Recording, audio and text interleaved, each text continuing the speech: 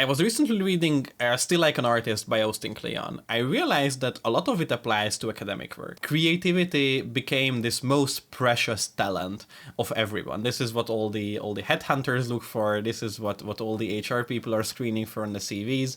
It's kind of like the main game we play nowadays. I firmly believe that nothing is truly original. Everything is just combination. I sincerely believe that no idea is born in isolation. So if everything is combination, then how come that we have creative people?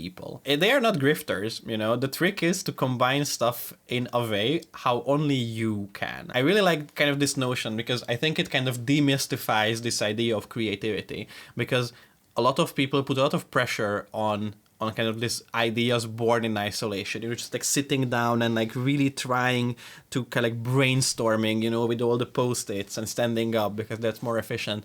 And I think it's just not really realistic. It's all combination. If the game is combination in your unique way, you constantly have to be on the lookout for stuff to combine. So you're constantly looking for material for this combination. So you're basically just looking for ideas worth stealing. So what can be worth stealing? From my context, you know, as a researcher, I'm always on the lookout for a cool measurement, an idea, a concept, or even like a frame of argumentation that I really like. One of the things about combination material or ideas worth stealing is that they more often than not come from very unexpected sources. You know, there is this whole theory about the strength of weak ties, which is an iconic paper in social science. And the main premise is that if you have a social network, like a tight-knit group of friends, there is a constant information flow among your friend group, right? Because you just talk to each other.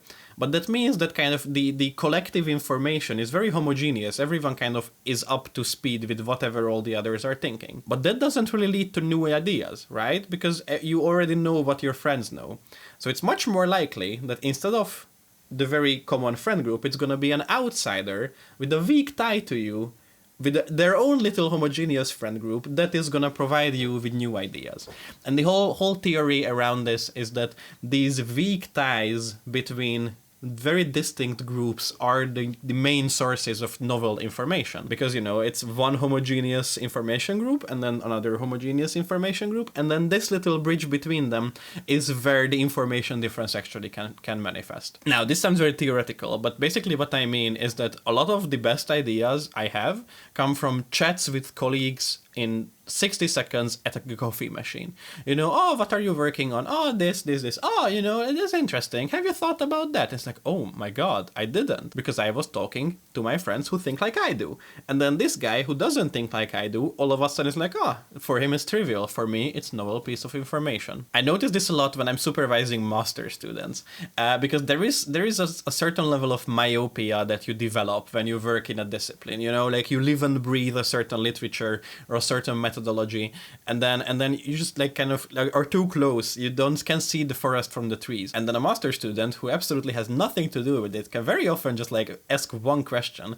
They might be very that is a dumb question, and then it just like opens something up in your brain like, oh my God. A rule of thumb that I really like for kind of what's worth stealing is surprise. And you know, this comes from Shannon, the father of information retrieval, a great mathematician. The core idea is that surprise is a very good definition for information, because if you hear something and it doesn't surprise you, then on some level you knew it already. And then I really like this because it's a very tangible way to kind of keep track of stuff worth stealing, because you just hear something and it's like, huh, that's surprising. Take the notes, you know, this is the moment. And then of course over time you can develop a certain sense of like resonance with like you develop kind of like your own taste in ideas and in research.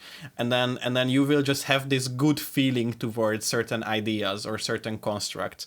But this just takes a lot of practice. So I think surprise is a really, really good benchmark. A second benchmark for what's worth stealing is look for stuff that you notice repeatedly. If a measure or a construct kind of passes by you more often than not in diverse sources, that's a pretty good sign, because likely it's not any more frequent than anything else around you. You know, you are just better at noticing it. You know, your brain takes in a lot of information constantly and filters most of it out. So if there is something that consistently makes it through that filter, that's a pretty good sign that you should think about it. I guess what I'm trying to say is that, like, don't be afraid to steal ideas. You know, everyone knows that we are all standing on the shoulders of giants and all of those, but you know, I think there is actually just some truth to them. They are cliches for a reason.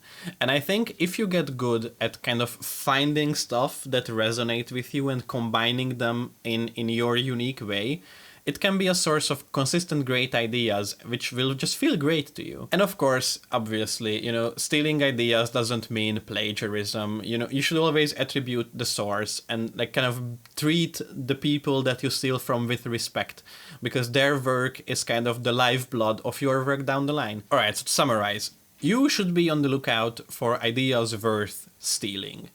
A very good way to look for these ideas is surprise. So if something's surprising, you should take note of it and then save it for later.